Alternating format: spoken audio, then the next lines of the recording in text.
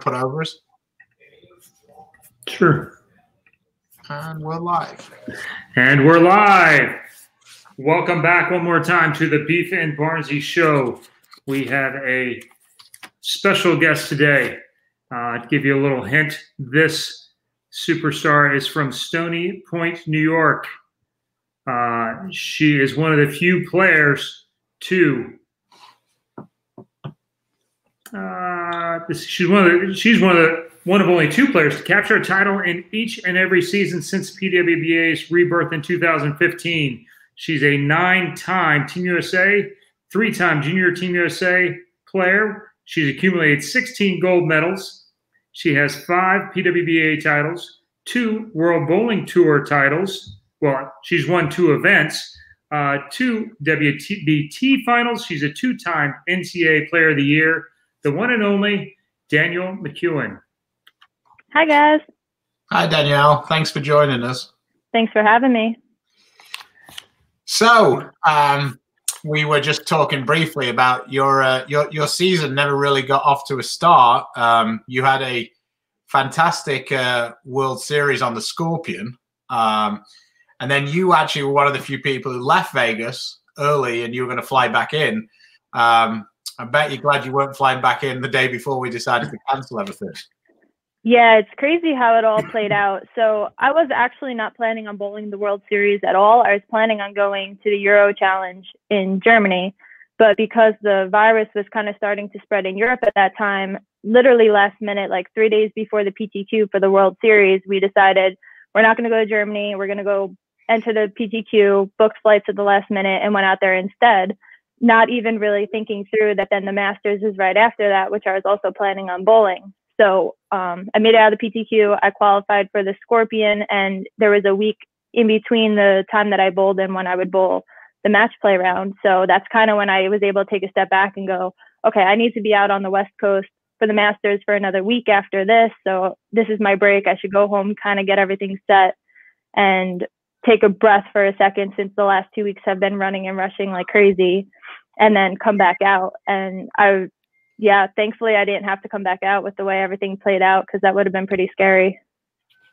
Yeah, no, it was it was definitely a good decision to take that time out. I know that I've actually done that myself. One of the times when I was in Vegas, I drove back to Phoenix. It's a little different than flying all the way back to the East Coast, but I drove out of town to Phoenix for a little while, and then I came back.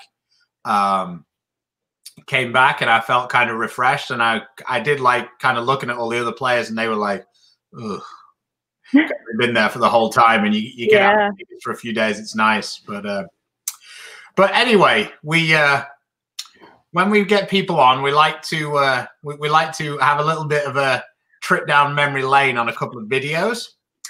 So I pulled up this one. I couldn't find the final, unfortunately, but let me figure this out.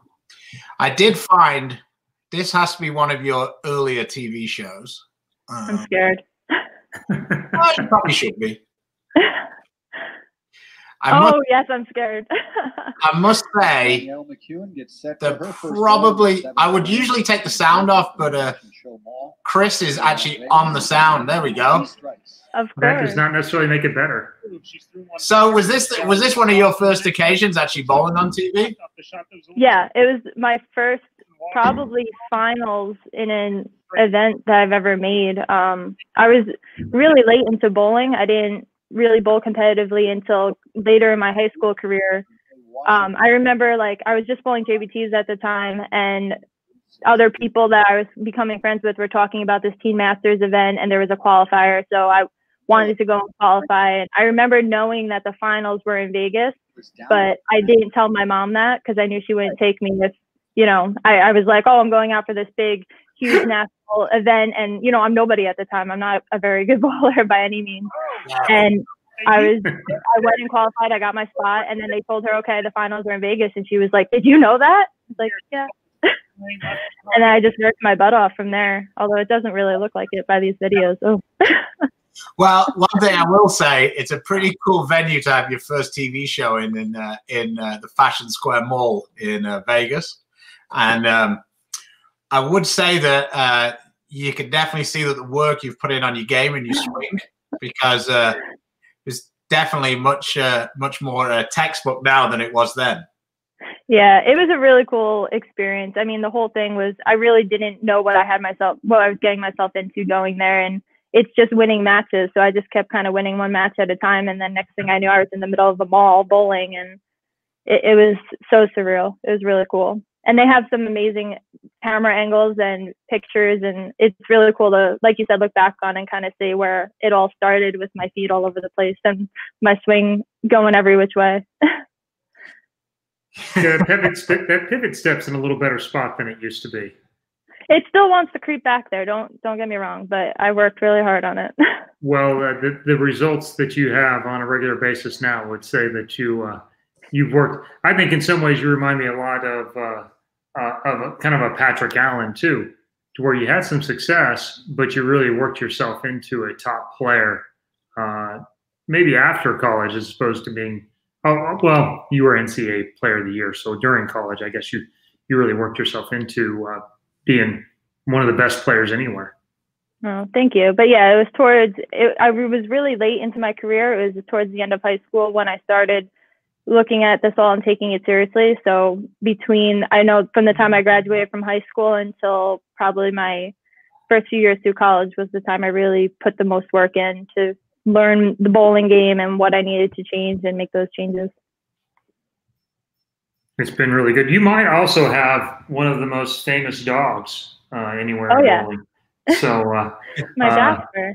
Jasper, tell us about Jasper. I imagine he's not very far away from you at all times either. So, well, he's in the other room just to make sure he wouldn't bark. But yeah, he's of course close by. He's loving this. He's loving me being home all the time. Usually, I'm on the road a lot, so I'm in and out, coming and going. And even when I'm home, I'm running out the door to the gym, running out the door to practice. So now, pretty much the only time I run out the door, I take him with me for a walk. So he's just loving this. Yeah, I mean, Brady doesn't have the same relationship with me about loving it, because as far as you can go is the back garden. Because when we walk around our neighborhood, there's a bunch of playgrounds, and now they're all cordoned off. Doesn't do well with strolling past the playground and not going to play. Oh, I bet. I'm sure he doesn't understand. No, he doesn't understand at all. He doesn't take not getting his own way very well. I'm sure he gets that off his mother, not his father. I'm sure. We have a question off the feed here.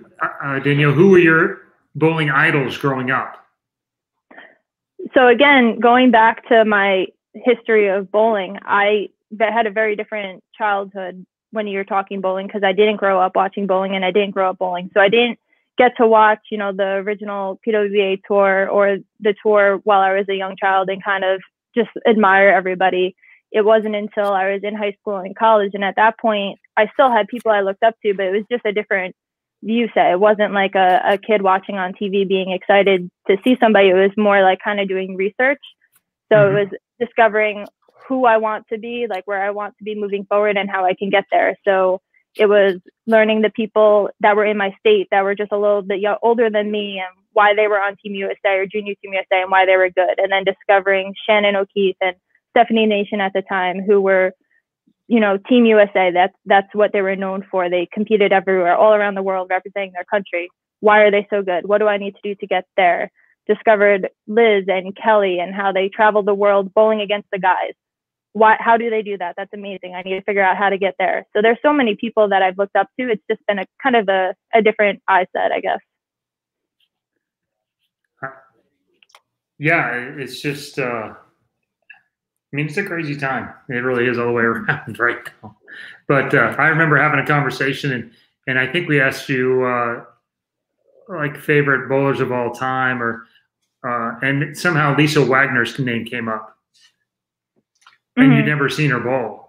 And it was crazy to me, but then I realized you might have been born, but you never really watched her. You weren't old enough to watch her bowl on TV at the time when she was best. With the tour ending in 2003, it was such an odd gap when you were becoming a bowler and becoming your best bowler. There wasn't, like you said, there wasn't a player to watch. There wasn't players. Kelly was bowling once in a while, and Liz was bowling once in a while on the men's tour, but there wasn't regular TV to watch there. It was a very odd situation to grow up in at the time as one of the best female players.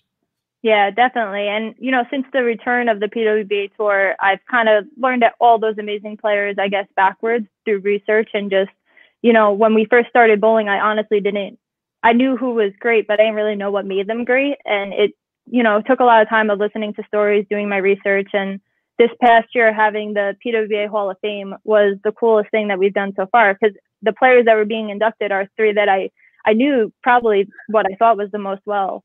And then still, as they're being introduced and they're telling these stories, I'm hitting the people next to me going, did you know that? I can't believe that. That's amazing.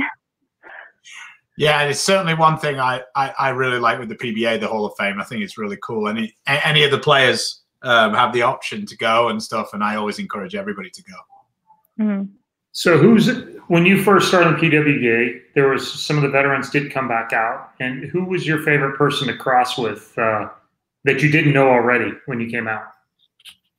Oh, that's a hard one. Or did you like any of them? Were they all just old and bitter and just? No, not at all. I love crossing with everybody. I don't know. I can't pick like one person, but I think it was just the coolest thing about being back was kind of, I was one of the fresh out of college people at that point. So I felt like I knew everybody that I bowled college with. And then there was just like different waves and generations that all came together and we're just happy to be there. I think that was the coolest thing. I don't think I could pick anybody in particular. Well, I can say just on a slightly different subject, I think that I think what most of the guys on the men's tour admire most about you, Danielle, is that unlike most of the ladies who have to do something else, you are almost more like us in that you travel everywhere and bowl anything. And I think that's really cool that you really are the epitome of a professional bowler. Like if they compare the mileage accounts that you have to some of the other ladies, it's probably not even close, but it's really cool. What do you find to be the, I guess, the differences, or what skill sets did you feel like you had to adapt to be able to compete in those tournaments with the men as well? I think it was just the timeline of how it all happened. When I graduated from college, it was one of the first years that I was finally able to claw my way onto the adult team USA.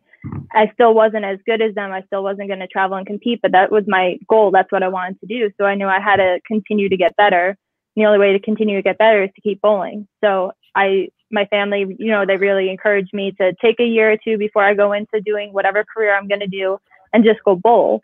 But there wasn't a PWBA tour at the time, so I had to go bowl against you guys. So that's kind of when I started traveling the world, bowling World Bowling Tour events, bowling PBA events. And, that was my first experience of professional bowling. So I learned a lot in those couple of years. I got beat down a lot in those couple of years. But I think that's really what started my versatility and me learning that I have to do all these different things if I'm going to compete against you guys. Yeah, no, definitely. Like I say, I mean, I've been on the wrong end of a Danielle McEwan beatdown. Well, speaking of, oh yeah, let me see if we can, we might just happen to have. Really? I'm so shocked that you were able to find it. Imagine that. Chris did some research and was able to find a way to beat me down. Let's see. Yeah, I think we have it maybe right here. Oh wow! And what a shot! Danielle's using a shore lock. That never happened before. One of my favorite balls. Yeah, there it is. Run over. There she is. She walked up there in her elephant shirt, and she struck with a Sherlock. Pretty sure that's what he said. Oh yeah. Now beef Stu with a halo. Mm-hmm. Playing not really the same line at all. Yeah. Standing very far left. No way. Hooky. In my defense, I did actually win one game. Unfortunately, Danielle was the top seed, so I needed to win two. But yeah. Oh, we're going to fast forward to Yes, because I found this this is towards the end of the game here. This is you just got a strike. I won't say which side it was on, but you got a strike. Oh yeah. Sliding about 45 here. Danielle crossing into the shot, not aware of the TV cameras at all. And yeah, we were pretty much toast at that point. At this point, actually, it's still a somewhat close game because nobody just really got a whole lot going on. They were tricky. Hooked a bunch in the middle, a lot of games. Yeah, I won 2 games previously before this, so probably at the point where I needed to change ball. But Danielle kept the first game really. I love the commentator here. Oh, we can't hear him. No. But yeah, Danielle had kept the first game really close, so it actually meant that I didn't really get much chance to change ball, and I kind of knew I was needing to change ball, but like I say, Danielle's game, neither of us really bowled that well the first game, so it was like, maybe I shouldn't change ball. Timmy's like, she got you, bro. I'm sure that's not what he said. It was pretty close early until right about here. She's on 195, gets her 8 pins, and it's pretty close, and then yeah, then it's not. And that story pretty much right there tells it all. So funny story with this event, because, you know, normally when you get to a TV show and match play, it's just single game. But in this particular tournament, I guess they've always done it that way. I wasn't aware of it until that year. But if you're the #1 seed, you have to be beat twice. Mm-hmm. So like Stu won the first game, as you explained, and then we went to another game. But, you know, all my family at home that was watching at probably the middle of the night at that point assumed I lost, you know, sent me their "I'm so sorry" text. And, you know, the first thing I picked up my phone after I won, and it was a text from my mom with stat pieces, and "I'm so sorry, I hope you're doing okay." So that was the funny thing about that whole situation. Sent her a picture of 30,000 in cash and said, "You're not." We're good now. Yeah, no problem. Yeah. But yeah, that was that. It's very popular in Asia to do the have to be beat twice. I'm sure that if they'd have adopted that on the PBA tour, Chris wouldn't be too upset right now. He's had a couple of opportunities where he might have liked one more try, especially the Masters. Chris, have you lost the Masters twice or 3 times as the top seed?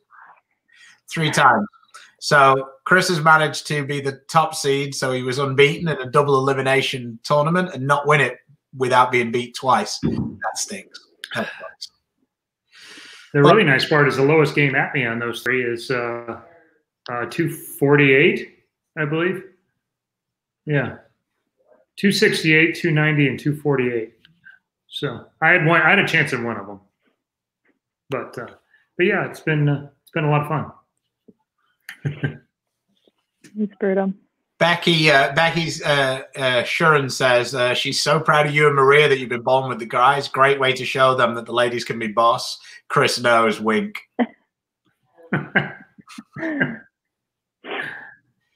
Oh, here we go. Mark Waters asks, traveling all over the country and the world, what is the thing you miss the most right now? Just that.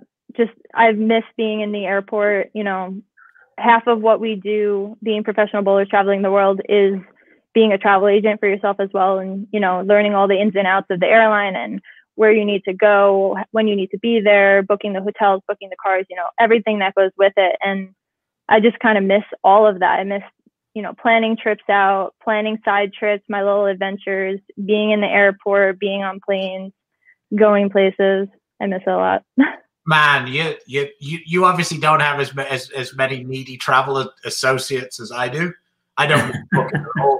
When you're booking hotel rooms for like 13 people, like it gets the that starts to suck a little bit after a while. So my credit card is thanking me right now that I'm not every time. I think Chase is going to be sending me a message like, "Is everything okay?" We didn't decline your card. It's still there. Yeah, works good. Yeah, somebody asked if they had any clips of me bowling the Greater Midwest Junior Classic tournaments from the 80s. You know, VCRs were pretty big and pretty wieldy back when I was in juniors, and so there's not a lot of VCR footage of those days. So, and I certainly couldn't afford one. So.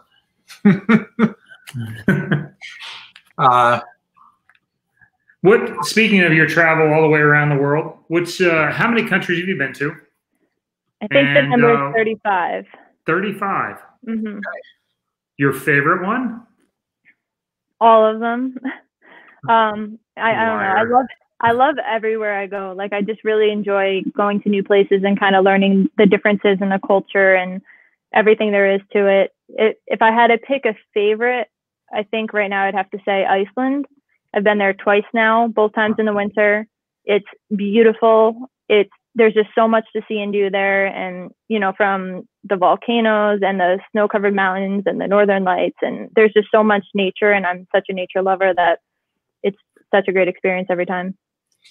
So you are much more adventurous when it comes to food. You clearly eat a lot less of it, but you're much more adventurous in what you will than I am. And in comparison to most of the guys, I'm fairly versatile. What's the most interesting / weirdest thing you've ever tried? Oh my goodness, I have a long list for this. The first one that comes to mind is I went with Tanya to Indonesia a couple years ago, and I have no idea what it was called. There was some food that she had to get while she was there, and I had to try it. And it was like, we pulled off the side of the road in this little hut, like a place that we would not normally go and eat. And she got whatever this is in a bowl. And she was like, just try a little bit. And I tried it and I loved it and ate the whole thing. And by the end of it, she was like sending videos of me eating it to her parents. And her mom was like, what are you giving that? Like, why are you giving her that? What are you doing? And I was like, I don't want to know what I just ate. Just never tell me. I'll just say I enjoyed it. Well, here we go. Talking of Tanya, I would say that when I was searching that this, I can't speak for you, but from my opinion, is probably your most impressive victory to date, needing a double in the 10th frame to win the US Open. Now, you and Tanya were actually rooming together this week, I believe. Yes, we were. That's always a little awkward when you're bowling against your roommate. Yeah, it's crazy. I mean, we've bowled against each other a lot. I feel like, and you guys know too, even though you're best friends, roommates, whatever it is, like once you step on the lanes, everything kind of goes aside. You both have that goal of wanting to win. And, you know, once you step off the lanes, then you're back to being friends, regardless of how the situation played out. But yeah, I've been quite fortunate that the times that I've actually bowled Dom, we've been in the middle of nowhere, like in the Middle East or somewhere where it was a cash payout. So we were very much like, we were really just playing for the title a lot of the times. Mm-hmm. Nothing anywhere near as big as this event, obviously. Yeah, it's definitely hard. Well, you can see by the scores. They were so hard. Sorry, go ahead. I like to think of it whenever, if I'm not going to win, I want one of my close friends to win. I want somebody that would be my roommate, somebody that I respect and am really close with to win. So whenever you're kind of in that situation, it's kind of a win-win. Obviously everyone wants to win for themselves, but again, I would have been happy to win in that situation. And I know she was happy for me, and she'll be back there. She'll be kicking my butt next time I bowl her, I'm sure. Well, it was a really good match. You guys made really good shots down the stretch. For Danielle McEwan. She's one of the cool rewatch. US women's. But yeah, very impressive finish for sure. By 2 pins. So we have a question coming in. When you practice, how often and how long do you practice? Under normal circumstances, let's say, the world is normal and I'm training for the tour, I'm usually on the lanes. Between being in the gym and on the lanes, it's an all-day thing. So I'll kind of go to the gym in the morning and do some cardio. I'll spend all afternoon on the lanes working on whatever I need to work on at that time. And then I usually go back to the gym at night. It really depends on where my game is at. If I'm kind of going to work on, ball motion or lane play where I'm bowling for hours at a time, or if I'm just working on something physical, sometimes I'll go just for an hour, 45 minutes and really focus on that. And then if I need to come back later that day and do another short session, I'll do that as well. It's just very situational as to what's going on. Another question in here. What was your favorite college bowling experience? winning an NCAA title. My freshman year, we got to bowl. I think it was in New Jersey. It was at Carolier, so it wasn't too far from my home. And, you know, it was my first time bowling on TV, obviously as a freshman with a college program, having all your teammates behind you. And then we had all of our family, because most of us, you know, lived in New York, New Jersey, you know, the tri-state area. So all of our family was right there. It was a really cool experience. Very cool. Have you ever been to the Philippines? I have not. I would love to go there one day, though. Hopefully, when the world gets back to normal, it'll be on my list of new adventures from one of the Asian stops that we go to. And do you speak another language? I don't. I mean, I took Spanish in high school and college, so I technically do, but it's not very good. But everywhere I travel, the different countries, I try to learn a couple of words, you know, at least enough to communicate. Hello, goodbye, please, thank you. Sometimes words that I can't repeat, just keep it on. That's the one everyone always teaches us when we go over there, right? It is. It's like the first one the locals teach you. I think this is a pretty good question. You are a big practicer. Like I said, I think you are one of the more process-oriented players on the ladies tour. What do you work on the most? My timing. Definitely my timing. My timing is so late. So I know that's probably surprising to a lot of people that it's like the one thing that I work on. But if I don't constantly push my timing to be earlier, I'm pretty sure I would carry the ball right to the foul line if I would just let my body do what it wanted. So that's probably the one thing that I'm always going back to. There's a couple of other things, you know, my swing, looping back to the other videos, you know, all your original habits always want to creep back. So it's all about keeping them in check. My swing is always going to want to bump the wrong way, and that step is always going to kind of want to go out to the right instead of keeping it in front of me if I don't kind of keep it in my cycle of drills every couple of weeks or so. Makes a lot of sense. I have a question for you, because I've been watching quite a few videos recently, and we actually did it ourselves, where they've had the ball reps on. So the ball reps have been able to critique us over who's the, you know, who's got the best temperament or who's the easiest to work with. So I'm going to actually turn that question around to you and go, who do you feel like has the best temperament? You know, who's the one who, when you're like white hot, can cool you down the best? From the ball rep perspective? Yeah. Like, you know, like if Danielle's sizzling and she just like, you know, who's the person who talk you off the cliff? Oh man, this is a hard question. I feel like I have such a good relationship with all the people that have been my ball reps over the last few years that they all kind of have their own little roles. You know, Steve is one of the ones I've worked with recently. He's one of my really good friends. I think he's more of the person that can paint the picture for me really well. Mike Devaney I've worked with, he tells me it how it is. So if I'm, you know, sitting there kind of pouting and saying this isn't fair, he has no problem coming up to me and being like, cut it. Like, do you want to win or not? This isn't supposed to be easy. And sometimes that's what you need to hear, and it's always worked. Jim is great. Jim Callahan is great with my mental game. You know, he's always kind of a different approach. He'll be the one to kind of show me the pictures of dogs and take my mind off of bowling and calm me down. So I think it kind of depends on what I need at the time. If I need the kick in the butt or if I need a picture of a cute dog. Are you sure your favorite country is not Switzerland?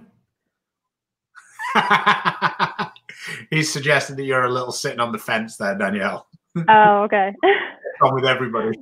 Trying to make nice with everybody. I get it.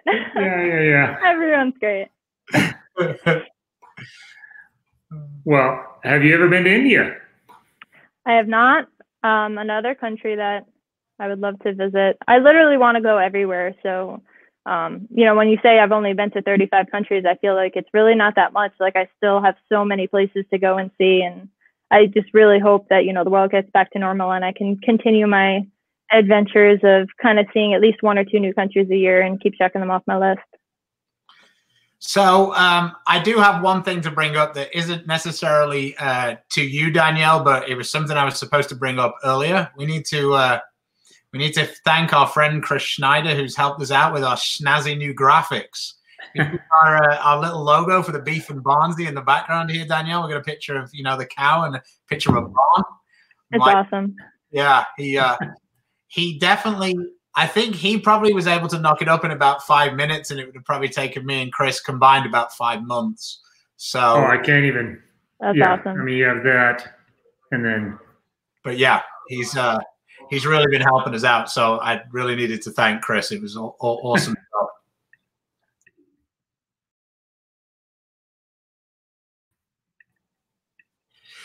So, anybody got any more questions for Danielle, or are we going to head into the lightning round?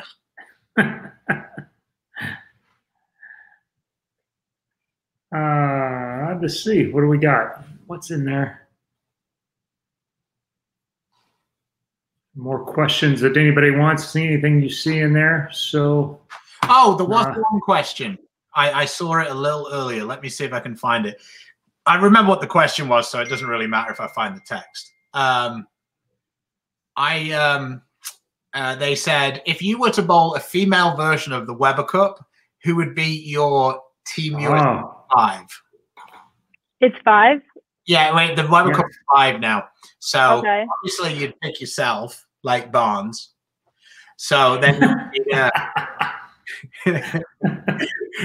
see, I get to put that dig in. I qualify because we just don't have very many players total. So that's usually my avenue for making it in. To qualify for the men's Team USA Weber Cup team, you need to be like 4th in points. To qualify for the European team, you need to be about 53rd. So, okay, so I'm picking 4 more. Yeah. I would definitely pick Shannon O'Keefe. Liz Johnson.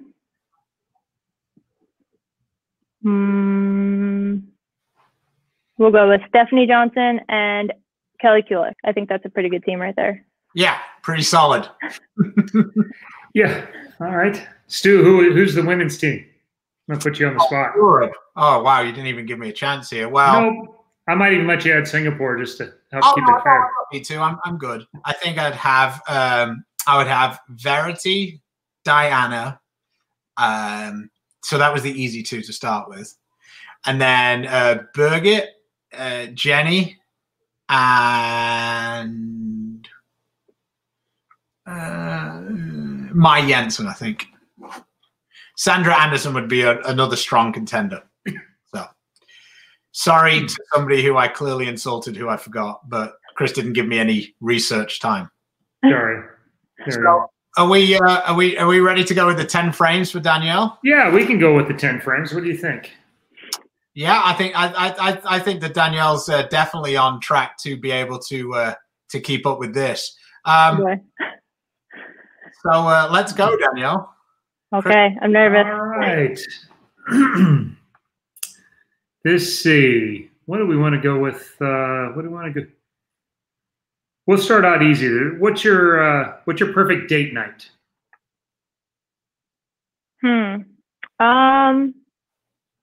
Probably a nice dinner, a nice movie, nothing too crazy, but you know, nice and I guess just like one-on-one time.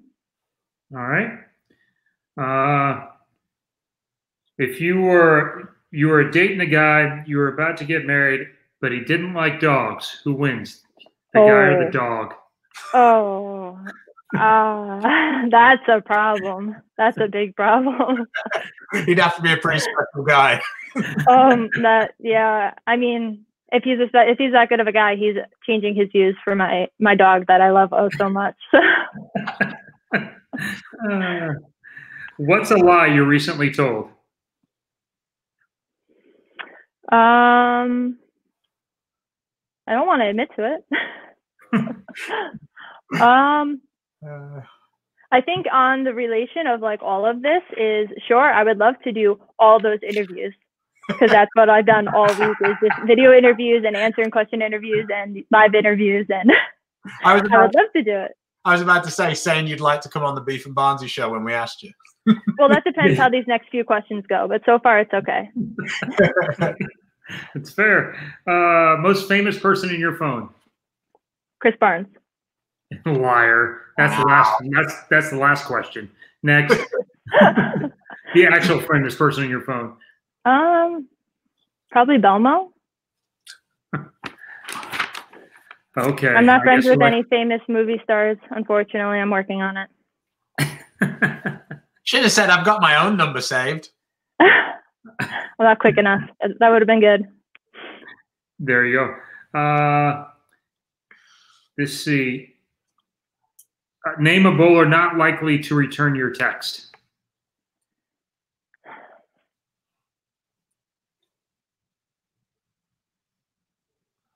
I have no idea. I feel like I don't want to come across as being sexist, but I feel like ladies are much better with like texting back with each other than the guys are. Yeah, that's for sure. Although I can't really speak for myself with that. I'm pretty bad with that, depending on, if I'm busy at the time or, I'll always answer, but it might be a little while. Maybe me. What's one thing you've done that you'll never do again?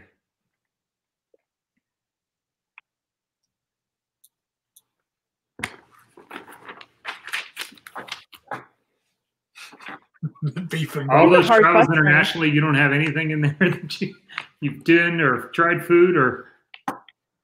Not really. No, I can't really think of anything. That's what I was thinking too, travel wise. Like, no, I mean, I think everywhere. I haven't really tried anything. Okay, I do have something. I tried something. What is it called? It's the famous thing in Australia. Since you brought up the travel and food,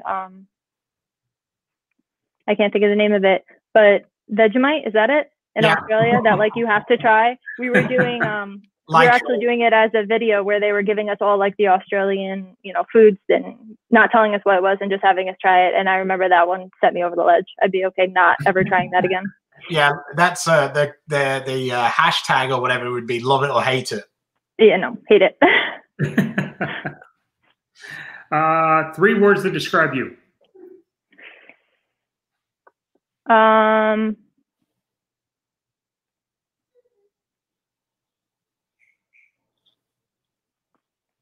Adventurous, perfectionist, and I don't know. Help me out. How would you describe me? Indecisive? Yeah, that's good. That's really good. Perfectionist, adventurous, and indecisive. That is Danielle.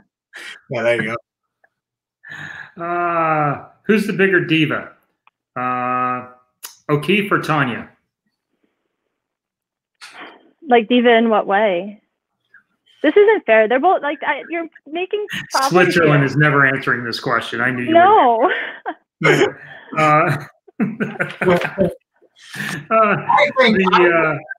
We've got one of your bosses here on the line, so I think we should bring Gary in to encourage you to answer some of these questions and stop being Switzerland. Hey, Gary. Hey, what's up? I'm enjoying the show. Yeah, we're doing the 10 questions segment with Danielle, and she's Chris has nicknamed her Switzerland because she keeps pleading the fifth. So yeah, I've been watching along, and I haven't been impressed with her answers so far. No, because we asked her who was the bigger diva, Tanya or O'Keefe, and she's like, "Well, you're just trying to get me in trouble." It's kind of the point. I'm a girl talking to 3 guys. You don't understand. It's different. The answer your roommate. I especially like the question about the dog, Chris. When you asked him if she's gonna get married and then the guy doesn't like a dog, I was like, "No way! That's the guy's out. That's gonna be trouble." So, do we have the? We'll finish up with the last question. This is one we've given to basically every. If you have one shot, is there one shot in your career you'd like to have back? There's a lot.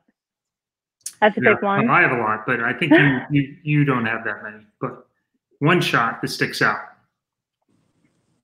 I mean, yeah, there's definitely a ton that are coming to mind. I think the most recent one that's coming to mind would be, where was it? It was towards the end of the season last year, and I think it was Orlando Open maybe. I was bowling against Shannon in the title match. I was the #1 seed, and I know we were really close for Player of the Year. So whoever won that was really going to pull ahead of the other, and I threw an awful shot. in the 10th frame. And I would definitely like to have that one back. That could have been the difference in, you know, the whole season. You never know.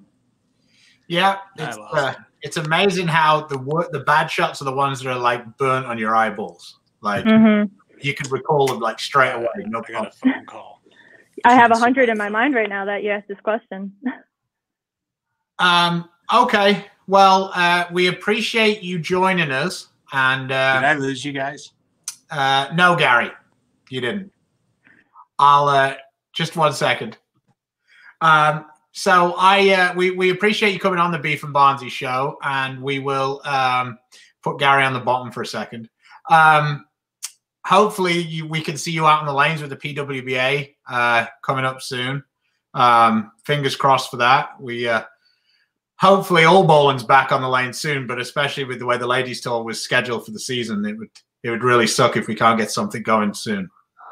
Yeah, agreed. Hopefully, hoping for the best. Anything else you'd like to say? No, you guys are doing such a great job. Thanks for having me on here, and good luck with all your future shows. I'll be watching. We'll all be watching, and hopefully both of our tours are back out on the lane soon. Okay. Thanks, Danielle. Right. Thanks. Me back in, I guess. Hey, Gary. Hey, Gary. Hey, I can't hear you guys. Something happened with my connection. Oh. Well, that makes it harder. I see you, but I can't hear you. Oh. I got a phone call. So, I tell you what. Probably going to have to drop out and come back in. It's perfect. It's perfect. I'm gonna text Gary because Gary's on to tease up the. Yep. We're about finished here, but what we are going to do is have Gary come on, and he's going to tell us about what's coming up next.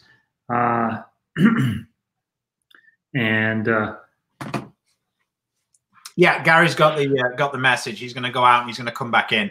When you use the phones on this on the software we're using and we get disrupted a little bit, it gets a little bit messy. So hopefully Gary can come back on. He's going to give us a heads up on what Storm have got cooking on their channel. They've had a lot of informational and fun segments. Last night we got to watch Kelly Kulick teaching us how to line dance.